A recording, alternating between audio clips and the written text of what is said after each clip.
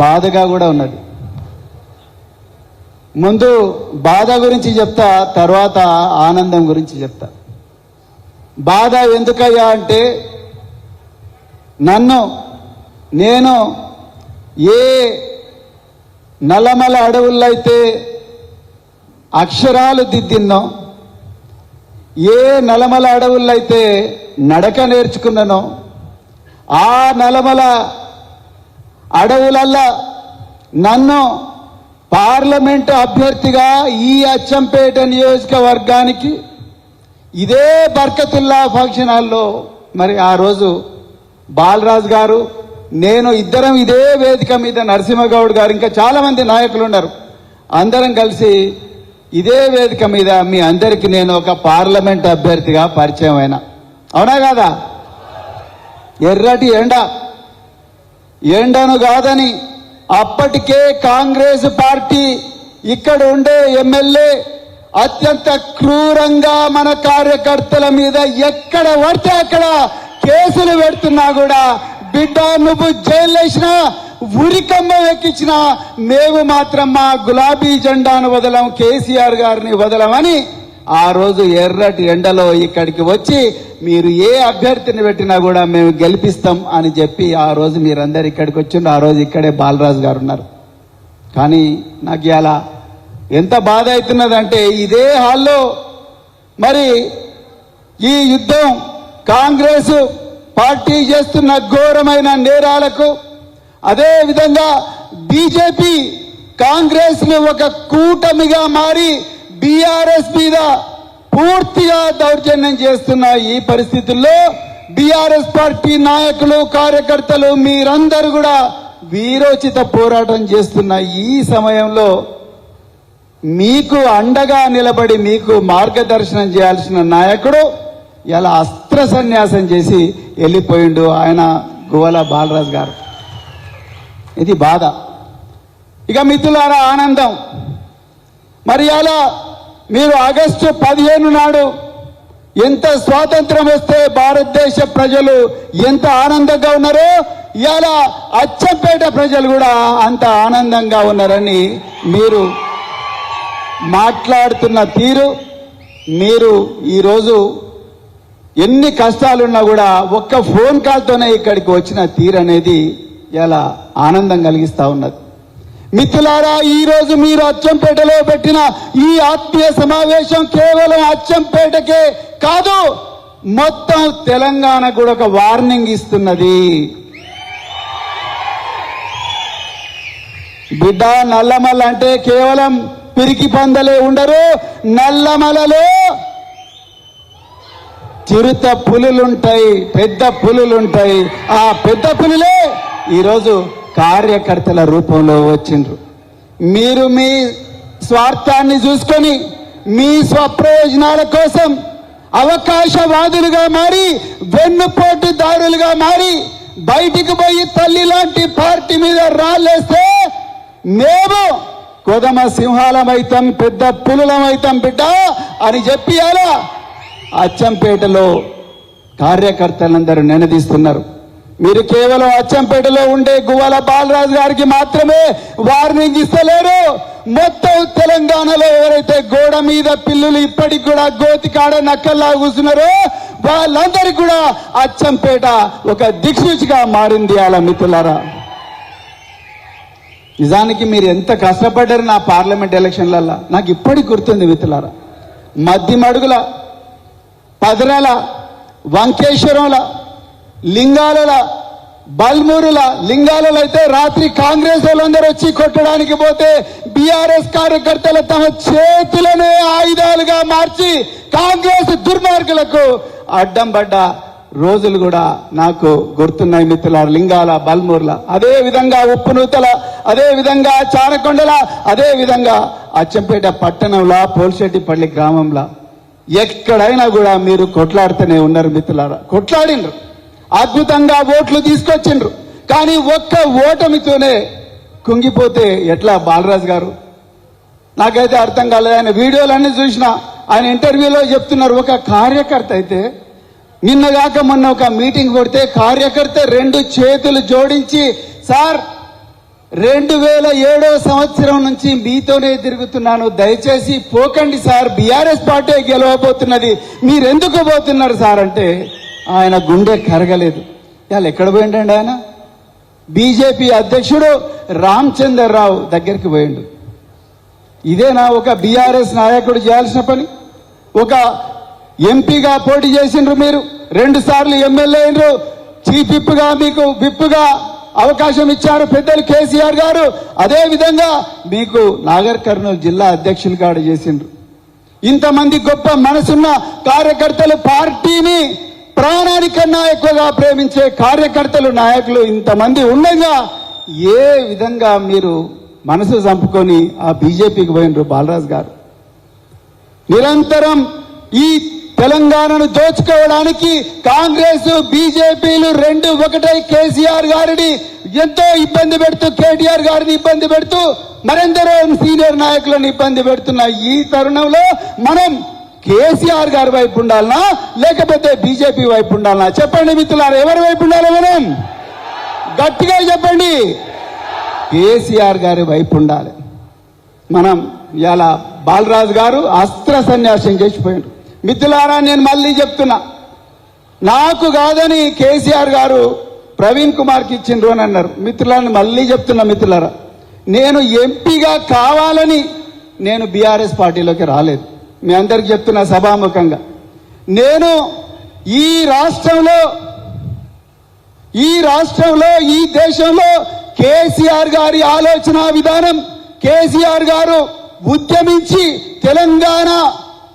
తెలంగాణను రాజ్యాంగబద్ధంగా తీసుకొచ్చిన విధానం, అదే విధంగా తీసుకొచ్చిన తెలంగాణను కేవలం 10 సంవత్సరాల్లోనే బంగారు తెలంగాణగా మార్చి దేశంలో నెంబర్ 1 చేసిన విధానం, ఆ విధానాన్ని నచ్చి నేను వచ్చిన.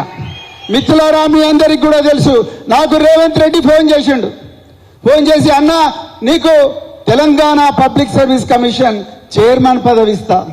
ఆయనని సభాముఖంగా చెప్పిండు, నేనుగా చెప్పింది, ఆయనే చెప్పిండు. నీకు ప్లానింగ్ బోర్డు వైస్ చైర్మన్ ఇప్పుడు వనపర్తి చిన్నారెడ్డి ఉన్నారు కదా, డాక్టర్ చిన్నారెడ్డి, ఆ పదవి కూడా ఇస్తా అన్నాడు. నేనన్నా అన్న, నేను కేసీఆర్ గారికి మాట ఇచ్చిన ఆయన వెంబడే నడుస్తా కాబట్టి ఆ పార్టీ అధికారంలో లేకపోయినా నేను బీఆర్ఎస్ పార్టీ వెంబడే పోతా అని చెప్పిన. నేను ఆ రోజు కేసీఆర్ గారికి ఆ నందినగర్ నివాసంలో గువ్వల బాలరాజు గారు కూడా ఉన్నారు. ఆ నందినగర్ నివాసంలో నాకు నాగర్ కర్నూలు ఎంపీ సీట్ ఇస్తేనే నేను వస్తా అని ఎప్పుడు కూడా చెప్పలేదు గువ్వల బాలరాజు గారు. మీకు నోరు ఎట్లొస్తుందో నాకైతే తెలియడం లేదు. అది కాకుండా మళ్ళీ నిరంజన్ రెడ్డి గారిని నిందించడం, వారికి అసలు సంబంధమే లేదు ఈ నిర్ణయంలో.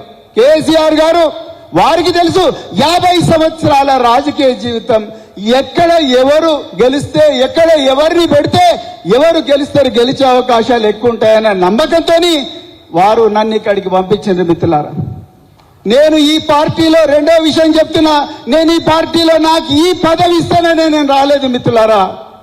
నేను ఈ పేద వర్గాలు, అనాదిగా అణిచివేయబడ్డ వర్గాలు, అది మద్దిబడి కావచ్చు, వట్టివారిపల్లి కావచ్చు, పదవ కావచ్చు, వంకేశ్వరం కావచ్చు, మైలారం కావచ్చు, మాచారం కావచ్చు, ఉప్పునూతలు కావచ్చు, ఈ ప్రాంతాల్లో అనాదిగా పోల్చెట్టిపల్లి కావచ్చు, జత్తి సదగోడు కావచ్చు, ఈ ప్రాంతంలో అనాదిగా అణిచివేయబడ్డ వర్గాలు, అనాదిగా సంపదకు దూరమైన వర్గాలు, జీవోత్సవాలుగా బతుకుతున్న వర్గాలు, ఈ వర్గాలు బాగుపడాలి. అంతే, బీఆర్ఎస్ పార్టీ అధికారంలోకి వస్తేనే, కేసీఆర్ గారు ముఖ్యమంత్రి అయితేనే ఈ వర్గాలకు న్యాయం జరుగుతుందని నమ్మి వచ్చిన. నాకు మినిస్ట్రీ ఇవ్వాలనో, లేకపోతే నాకు ఒక పదవి ఇవ్వాలనో, లేకపోతే నాకు ఎంపీ ఇవ్వాలనో నేను రాలేదు మిత్రులు. అవన్నీ చూసినా నేను 55 సంవత్సరాల వయసులో 7 సంవత్సరాల ఐపీఎస్ పదవి మిగిలి ఉండగానే నేను రాజకీయాల్లోకి వచ్చిన. నా మిత్రులు చాలా మంది కూడా ఇప్పుడు చాలా రాష్ట్రాల్లో డీజీపీలుగా ఉన్నారు. నా మిత్రులు చాలా మంది చాలా రాష్ట్రాల్లో డీజీపీలుగా ఉన్నారు. నేను కూడా సర్వీస్లో కంటిన్యూ ఉంటే తెలంగాణలో నాకు కూడా డీజీపీ హోదా వచ్చేది. కానీ నేను ఒక్కనే డీజీపీ అయితే నాకేం లాభం? నేను ఏ సమాజం నుంచి వచ్చిందో, నేను ఏ వెంకటేశ్వర్ల బావిలో చదువుకున్నానో, నేను ఏ తుర్కపల్లిలో ఏ మొలక మామిడి చెరువులో నీళ్లు తాగినో, ఆ మొలక మామిడి ప్రజలు, ఆ మాచారం ప్రజలు, ఆ చంద్రసాగర్ ప్రజలు, రంగాపూర్ తండ ప్రజలు, సిద్ధాపూర్ తండాల ప్రజలు వాళ్ళు బాధల్లో ఉన్నారు. నేను నా స్వార్థం చూసుకుంటే సరిపోదు, వాళ్ళ కోసం పనిచేయాలని చెప్పి నేను రాజకీయంలోకి వచ్చిన. బాలరాజు గారు మీరు ఏమన్నారు?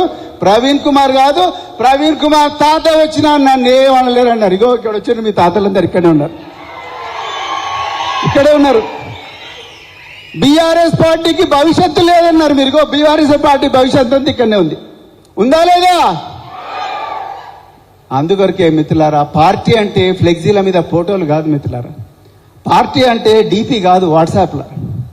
పార్టీ అంటే రోజు పెట్టుకునే స్టేటస్ కాదు. పార్టీ అంటే ఒక అధినాయకుడు ఒక గొప్ప కలగని, నేను ఈ ప్రపంచం నుంచి పోయిన తర్వాత కూడా నా కళ నిజమవుతుందని నమ్మి ఆ కళను ఆలోచనగా మార్చి దానికి అక్షర రూపం ఇచ్చి వందలాది మంది మేధావులతో మాట్లాడి దానికి ఒక ఆచరణ కల్పించి ఒక్కడైనా సరే మధ్యమడుగు నుంచి మన్ననూరు దాకా, మన్ననూరు నుంచి కొడంగల్ దాకా, కొడంగల్ నుంచి కోదాడ దాకా, అలంపూర్ నుంచి ఆదిలాబాద్ దాకా, ఆసిఫాబాద్ దాకా, ఎండనక వాననక రేయనక పగలనక అడవులల్లా, అదే విధంగా ఇంకెక్కడో ప్రతి చోట కూడా ఎన్ని అవమానాలను ఎదుర్కొన్న ఆ నాయకుడు నడుస్తుంటే నువ్వు ఒక్కడివే ఎందుకు నడుస్తావు? నీతో పాటు మేము కూడా నడుస్తాం.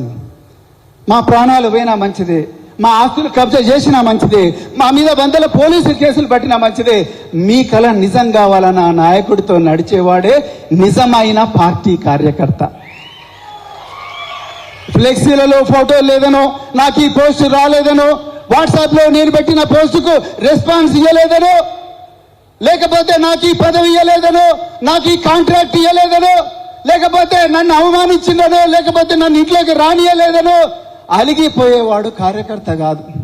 వంగూరులో మాకు దొంగ ఓట్లు వేస్తున్నారని మన బీఆర్ఎస్ నాయకులపై అడిగితే ఘోరంగా కొట్టిండ్రు వంగూరులో బీఆర్ఎస్ నాయకులు. నా వీడియోలు ఉన్నాయి. ఆ వీడియోలను తీసుకుపోయి పోలీస్ స్టేషన్లో పోతే ఎవడైతే కొట్టిండో వాడిచ్చిన కంప్లైంట్ ను కేసుగా చేపించిండు వంశీకృష్ణ. ఎవరైతే తన్నులు తిన్నారో వాళ్ళను నిందితులుగా మార్చిండ్రు. ఇది దౌర్జన్యం జరుగుతున్నది. కొండారెడ్డిపల్లిలో సాయిరెడ్డి అనే ఒక మాజీ సర్పంచ్ నా చావుకు రేవంత్ రెడ్డి సోదరులే కారణం అని చెప్పి ఒక పేపర్ మీద రాసి చచ్చిపోతే ఇప్పటి వరకు కూడా ఆ కేసులో రేవంత్ రెడ్డి సోదరులైన కృష్ణారెడ్డి, తిరుపతి రెడ్డి వీళ్ళను ఒక్క క్షణం కూడా ప్రశ్నించలేదు. బాలరాజు గారు మీరు ఈ దౌర్జన్యాలకు వ్యతిరేక కదా కొట్లాడాల్సింది. అచ్చంపేట పట్టణంలో ఒక మాజీ కౌన్సిలర్ ఇంటికి పెద్ద పెద్ద గుత్ప కట్టెలు పట్టుకొని కాంగ్రెస్ నాయకులు పట్ట పగలే 2 గంటలకు ఆ నాయకుడి ఇంటి మీద దాడి చేసి బెడ్రూమ్ తలుపులు వలగొట్టి లోపలికి పోయి వాళ్లకు గాయాలు చేస్తే ఆ కాంగ్రెస్ దౌర్జన్యాల మీద కదా నువ్వు కొట్లాడాల్సింది. పదరలో గాని, వంకేశ్వరంలో గాని, వంగూరులో గాని, బల్మూరులో గాని, అంబటిపల్లిలో గాని బీఆర్ఎస్ పార్టీ కార్యక్రమాలను కేసీఆర్ గారి గొప్పతనాన్ని స్టేటస్ గా పెట్టుకుంటే 35 రోజులు జైల్లో పెట్టిన కార్యకర్తలను కాపాడుకోవాల్సింది కదా నువ్వు చేయాల్సింది.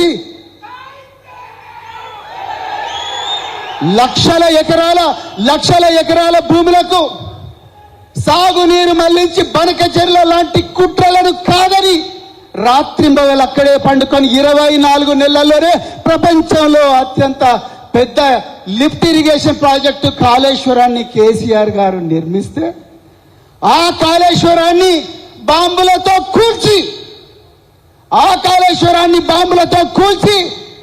కాళేశ్వరాన్ని కూలేశ్వరం అని చెప్పి ఈరోజు ఉల్టా కేసీఆర్ గారిని పీసీ ఘోష్ కమిషన్ కు పిలుస్తుంటే ఆ నాయకుడికి అడ్డంగా నిలబడి సార్ మేమున్నాం మీరు ఇట్లనే కూర్చోండి అని అడగాల్సింది కదా నువ్వు చేయాల్సింది బాలరాజు గారు.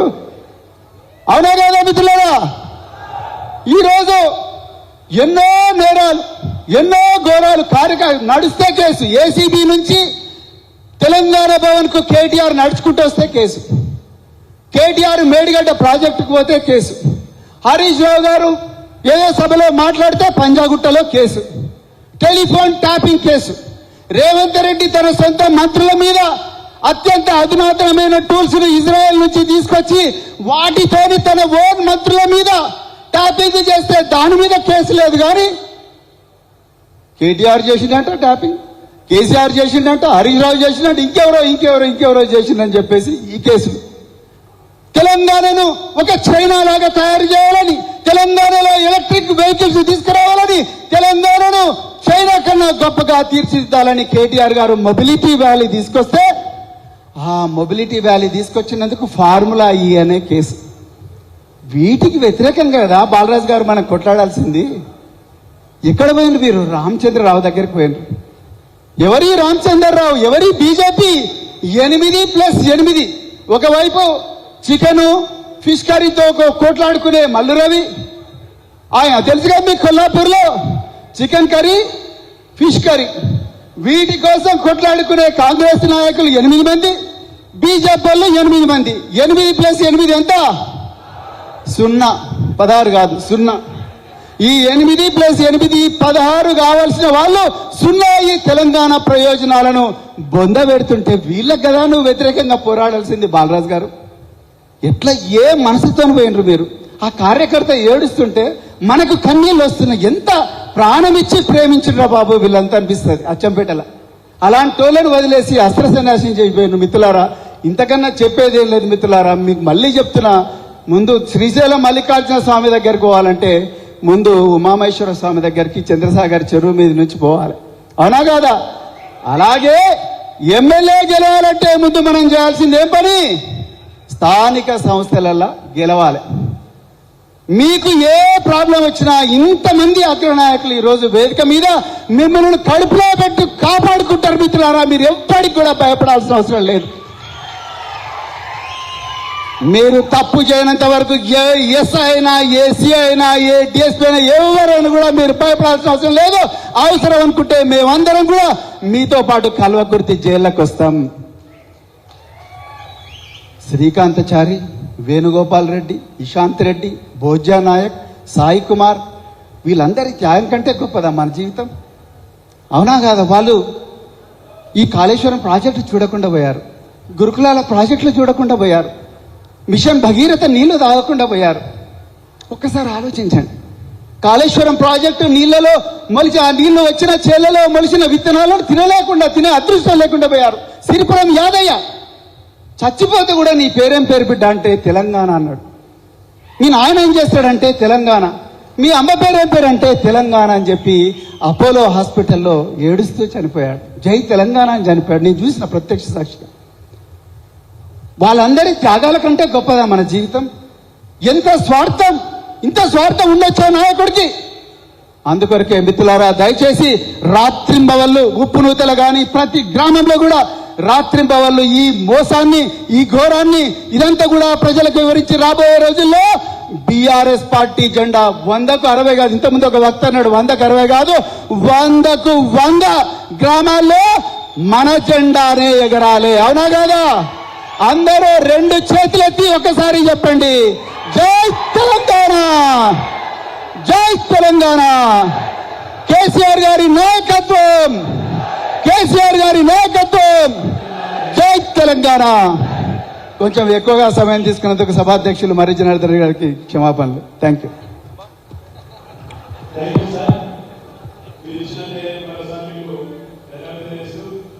ఇక్కడ వచ్చిన కార్యకర్తలను స్వచ్ఛందంగా గులాబీ జెండాను గుండెల్లో పెట్టుకొని ఎవరున్నా లేకున్నా గులాబీ జెండా ఖచ్చితంగా రేపు రాబోయే స్థానిక ఎలక్షన్ లో మీ అండదండలతోటి, మీ యొక్క సహకారంతో ఖచ్చితంగా రేపు జరగబోయే సర్పంచ్ ఎలక్షన్ లో, ఎంపీటీసీ ఎలక్షన్ లో ఖచ్చితంగా ప్రతి గ్రామంలో గులాబీ జెండా ఎగరేస్తాం. ఖచ్చితంగా మాకైతే మీ యొక్క సపోర్ట్ కావాలని చెప్పేసి మీరు అడుగుకుంటూ మీ యొక్క సహాయ సహకారం కావాలని చెప్పేసి ఇక్కడికి ఇంత పెద్ద నాయకులు వచ్చారు. ఏ రాత్రి అయినా క్షణమైనా మీరు మీ సహకారం మాకు ఉంటుందని చెప్పేసి మాకు తెలుసు సార్. 100% మరొకసారి ఇక్కడికి వచ్చేసిన నాకు గులాబీ దండుకు పేరు ధన్యవాదాలు తెలియజేస్తూ, ఇప్పుడు మనకు రేపు మన పక్క నియోజకవర్గం మన పేదింటి పిల్లలకు ఒక మన